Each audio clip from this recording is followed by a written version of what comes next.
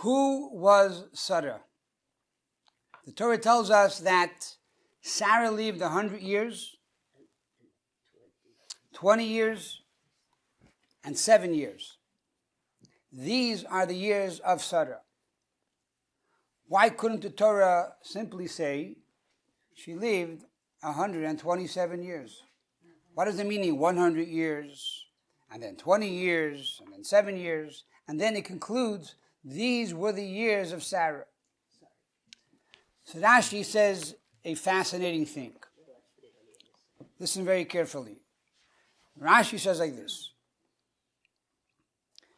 The reason the Torah tells us first she lives 100 years, and then 20 years, and then 7 years, is to teach us the following. Bas kuf kebas chaf. She was 100 years like she was 20 years lechet, to sin. Implying that a person who is 20 years old, according to Torah law, does not get punished from heaven until they're 20. In other words, even though a person, a boy at the age of 13, and a girl at the age of 12 become bar mat mitzvah, which means they become an adult and responsible for their actions. However, the heavenly court does not punish a person until they become 20. The court down here can punish a person after their bar mitzvah. So a girl after 12 will get punished, or a boy after 13 will get punished. But the heavenly courts will not punish a person until 20. And therefore, says the Torah, that when she was 100, she was like 20. She was pure from sin. Number 2,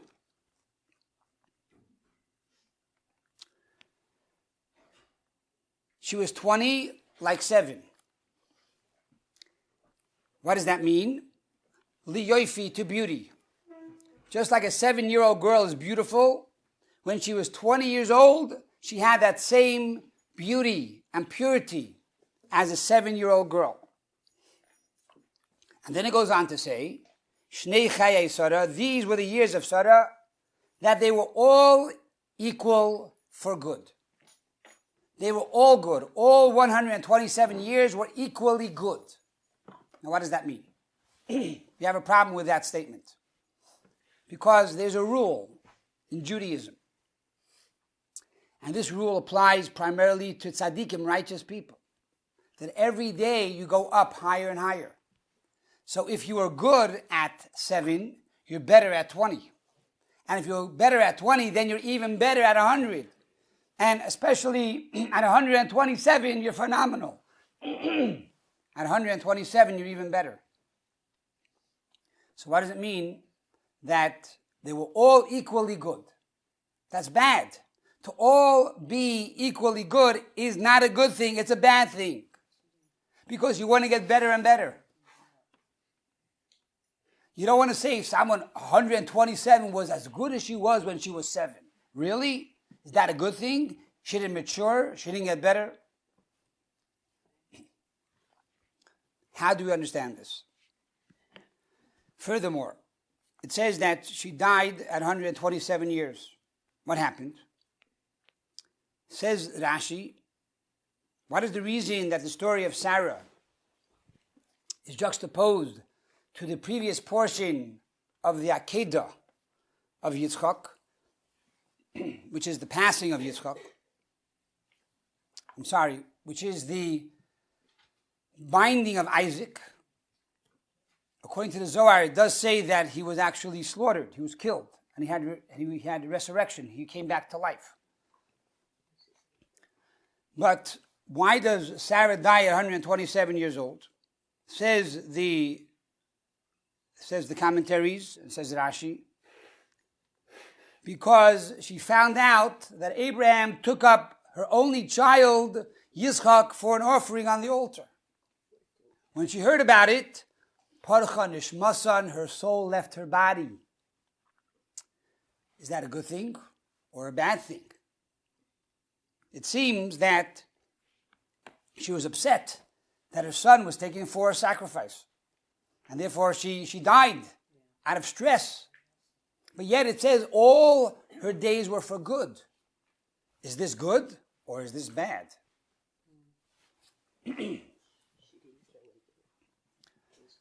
Let us look to the next story of the Torah. After the passing of Sarah, Avram Avinu buys her the Maris HaMachpelah and buries her there, where she is buried till today, alongside Avram Avinu.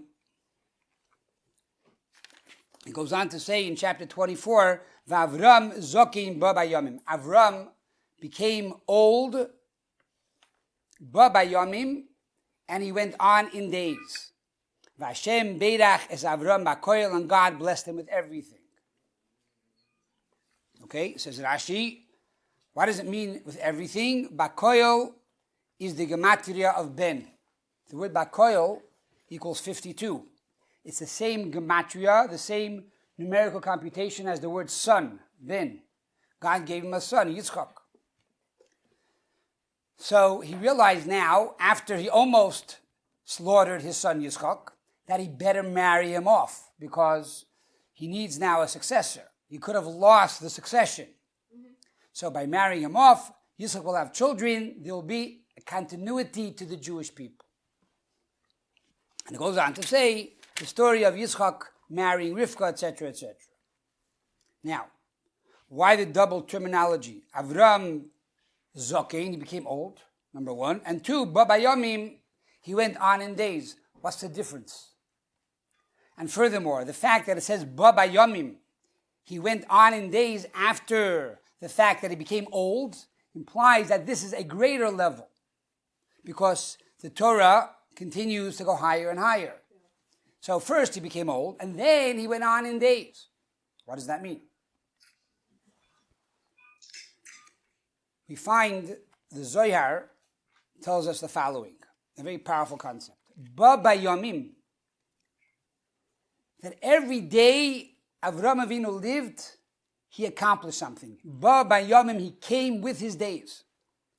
He was able to prove and show, look, every single day of my life I have a reckoning. Every single day of my life I accomplish something. Every single day of my life I continue to go higher and higher. I didn't say 65 or 75, I'm retiring, I'm relaxing, I'm changing my life, I'm going to the beach, smoking a cigar. Every single day was productive. Every single day he accomplished something. Ba bayomim. As the Zohar says, he came with Yomim Elohim, he came with elevated days. Now, let's talk a little bit Kabbalah here for a few moments. The Medrash says that every single day, Avram Avinu accomplished something. He did something. He did a mitzvah. And he came with these mitzvahs before God. And from here we learn that every single day we're supposed to do a mitzvah. We're supposed to accomplish something. The question, however, comes to mind, why do I have to do a mitzvah every day? Why can't I do Sunday 7 mitzvahs for the week, and for the rest of the week I take a vacation?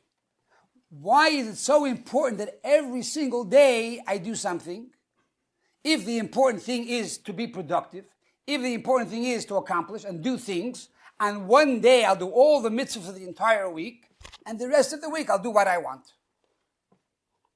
Yet the Torah says, no, Avram Avinu ba bayom, every single day he did mitzvahs. Every single day he studied Torah. Why is that so important? And furthermore, this is higher than Avram Zokin becoming old. What does it mean he became old? Says the Medrash as follows. God tells Avram Avinu, come and enclothe yourself in my garment. And that is the meaning. God is called Atik Yoimin, ancient days. God is called Atik Yoimin in Daniel chapter 7, verse number 9. And God says, take my garment and put it upon you. In other words, now you too become ancient days. What does that mean? Avram Avinu first becomes ancient days, and after that, Ba Bayomim, he now goes on in days, or he brings his days. Why is it important for a soul to do mitzvahs and study Torah? Why is it important that we as Jews need to follow the 613 commandments of the Torah? I was at a bar mitzvah last week, and a guy tells me, I asked him, I didn't see you Shabbos in shul for the bar mitzvah. He says, Rabbi, look, I'll be honest with you. I'm a good person. I'm a Zionist. I believe in Israel. I support Israel. Again, I'm not sure what it means. Do I support it philosophically? Do I support it by giving money? He didn't tell me what. But I support Israel. I'm a good person. I never hurt anybody. That's it. I was thinking about this for a moment, and I don't want to get too crass. But I was thinking, if you imagine a man says, I'm a good husband. I'm a good husband. I never cheated on my wife. I never killed anybody. I never strangled my children even though they got me angry. I'm a good person. Now, I never did homework with my children. I never took my wife out to dinner. I never bought her a gift. But I'm a good person. I never hurt anybody.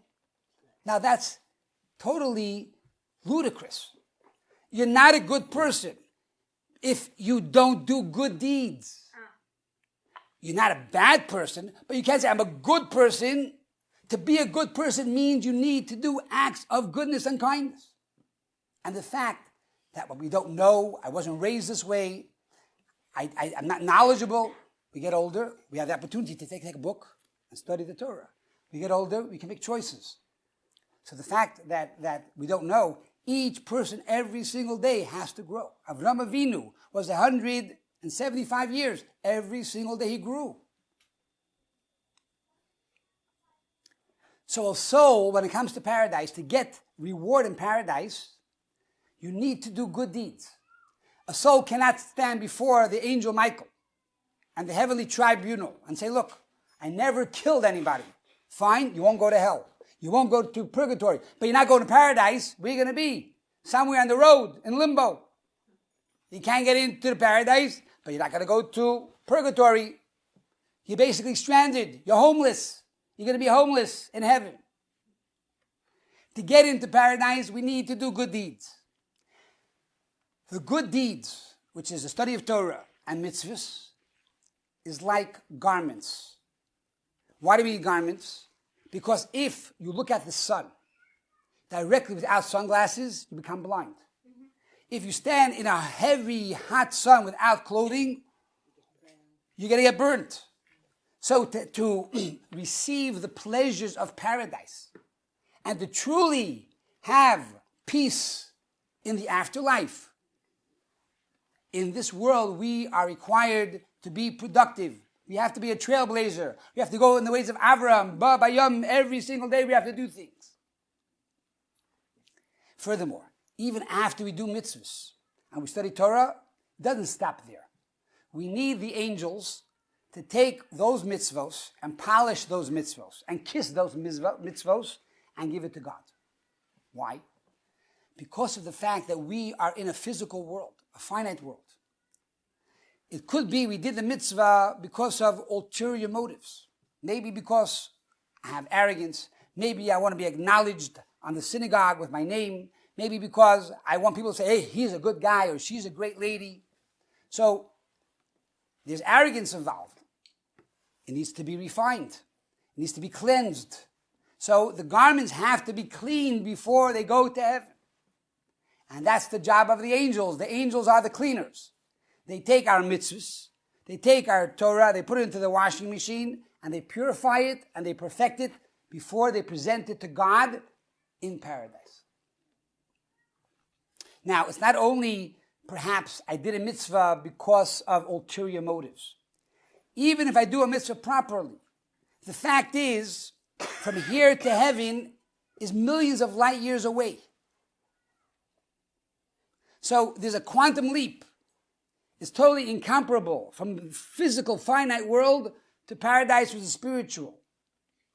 And because of this transformation, there needs to be a cleansing of the mitzvahs. Because we are physical in a finite world, and our mind not only thinks Torah, but our mind thinks business and other secular things.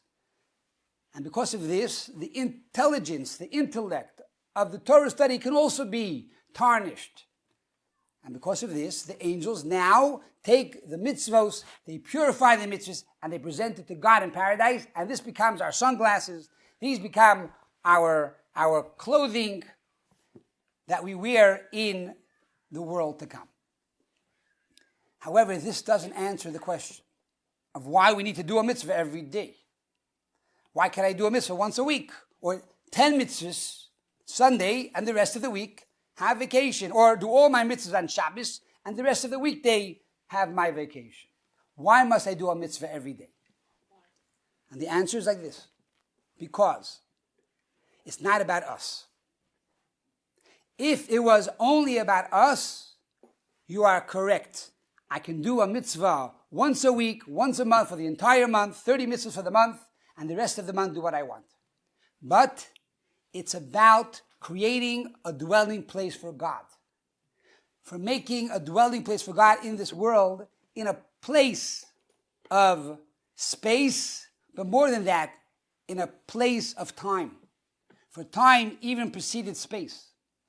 Our job is to bring God down here in this world.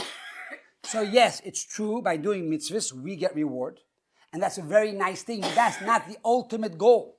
That's not the ultimate purpose. The ultimate purpose of creation is God desired a dwelling place down here on this world.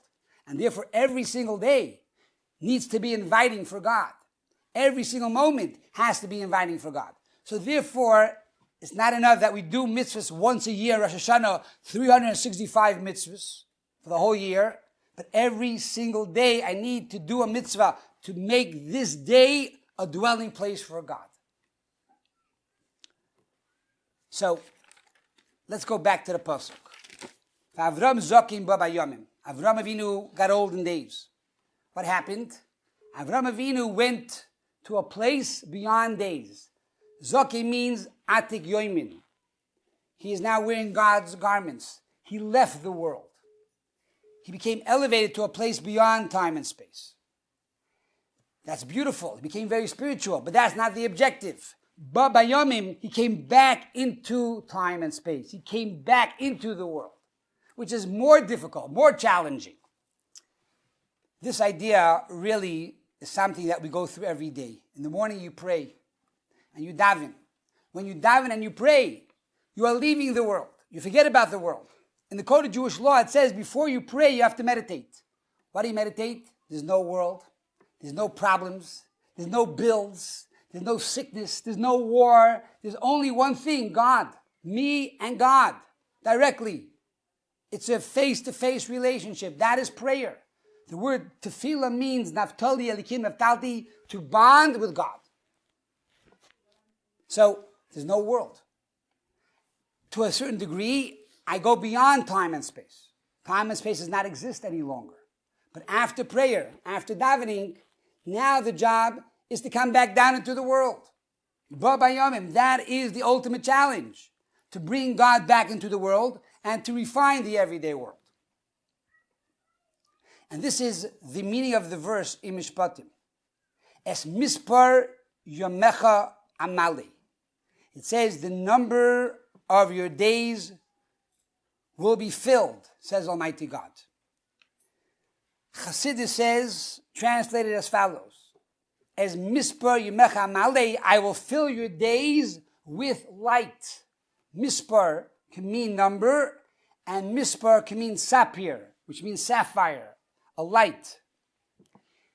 Each day we must fill with light by doing Torah and mitzvot. Now let's go back to the story of Sarah and understand what kind of true woman of valor she was. She lived 100 years. She lived 20 years. She lived 7 years. And all those years were good. How is that possible? What is the meaning? Really, should she be going higher and higher every day? And the answer is like this. Everything she did with her entire heart and soul and mind and focus. So when she was 7 years old, at that moment in time, she did the best she could. Kulan shavin l'toiva, it was for the best. At that moment, she did the best she could. Now, when she reached 20, her potential grew and she became greater. At that moment, she did everything she could to make that moment the best productive moment. When she reached 100, it was the same thing. But every time in her life, at every crossroad, at every opportunity, she did everything with her entire heart and soul, equally. And it's true, when she was older, she had more capacity, she had more potential. When she was younger, she had less. But it doesn't matter. God rewards you according to your potential. So her potential was fulfilled at 7, and her potential was fulfilled at 20. Now, if that's the case, why does the Torah again say these were the years of Sarah? They were all for good. Because there's another teaching here. Not only each time in her life did she do the best she could, but when she grew in her knowledge, when she grew in her Torah study, when she grew in her performance of mitzvahs, when she became wealthier, retroactively she elevated her previous years as well. Now, practically, how is that possible? What does it mean? Because I became older, I'm able to elevate my younger years. I'll give you an example. At the age of 3, a girl begins to light the Shabbos candles. At the age of 3, you light it a certain way. You make the bracha a certain way. You move your hand a certain way. You think a certain way. Now you became 12. You became more mature, and you begin to learn new things. And you realize you could do it in a more beautiful fashion. You could have greater meditation. You could do the bracha more clearly. And you can do things before the bracha by giving tzedakah. So now you don't say, well, when I was 3, I did it that way. That's why my mother taught me. I'm not going to change. That's ludicrous. On the contrary, now that you know more, now that you have more information, you need to go back in time and transform those earlier mitzvahs and make them more profound, enhance them, and more glorified. And that is what the Torah tells us. Not only did she constantly grow, and not only did she always give it her all, but as she learned new things, she was able to incorporate it into the actions of her youth. This was the greatness of Sarah. And the fact that the Torah tells us this story is a lesson for every single one of us. That we, who are the children of Sarah, means we have her DNA, means we have her genes, means that we have the same capacity to be able to do this. Now let us understand. What is the meaning when she was 127 years old? She heard that her son Yitzchak was brought onto the altar for a sacrifice. This scared her, and she died. Seemingly, this is not a good thing. How can we say all her years were for good? Let's take this a step further. We find my Matan Torah, when God gave us the Torah, it says, God said the first commandment, Anochi Hashem lekecha, I am God your Lord. What happened? When God said, I am God your Lord, it says, Parcha Nishmasan, the same terminology. Our souls left our body, we died. God resurrected us. He said, Lo yelecha, you shall not have any other gods before you. Again, Parcha Nishmasa, our souls left our body again. What does that mean? When the soul leaves the body, means the body is perfect. The body is complete, it fulfilled its mission, and now the only thing it can do is go higher. And therefore it leaves the body to the next place. The soul lives on forever and ever. So really, when we say that Sarah's soul left her body when she heard about Isaac going onto the Akedah, going onto the altar, this was not a descent in the life of Sarah. It was actually an ascent. Why? Because just like Isaac was transformed when he was put onto the altar, he became now a holy object. He was not allowed to leave the land of Israel, as we find in this week's Parsha. Avram says, do not let Isaac go out of Israel. He became holy. Jacob could leave Israel, but Isaac was put on the altar. He's now a sacrifice. A sacrifice is not allowed to leave Israel. Abraham was also elevated to a new level. Tells us the Torah that Sarah, knowing that her son Isaac was put onto the altar, she too became now transformed and elevated to a new level of Parcha Nishmasan, that her soul now left her body. But yet, even after 127 years, the Torah goes on to say, however, all of these were for good. Implying, even after the soul leaves the body, it has to come back. The ultimate goal is not to leave the body. The ultimate goal is to come back into the body. And that is the message of Avraham Avinu, Ba Bayamim, he came back into the days. And this is the ultimate promise, that every single Jew will be resurrected after Mashiach comes. So yes, there is Parcha Nishmasa, there is the concept of the soul leaving the body, but ultimately the soul's coming back into the body.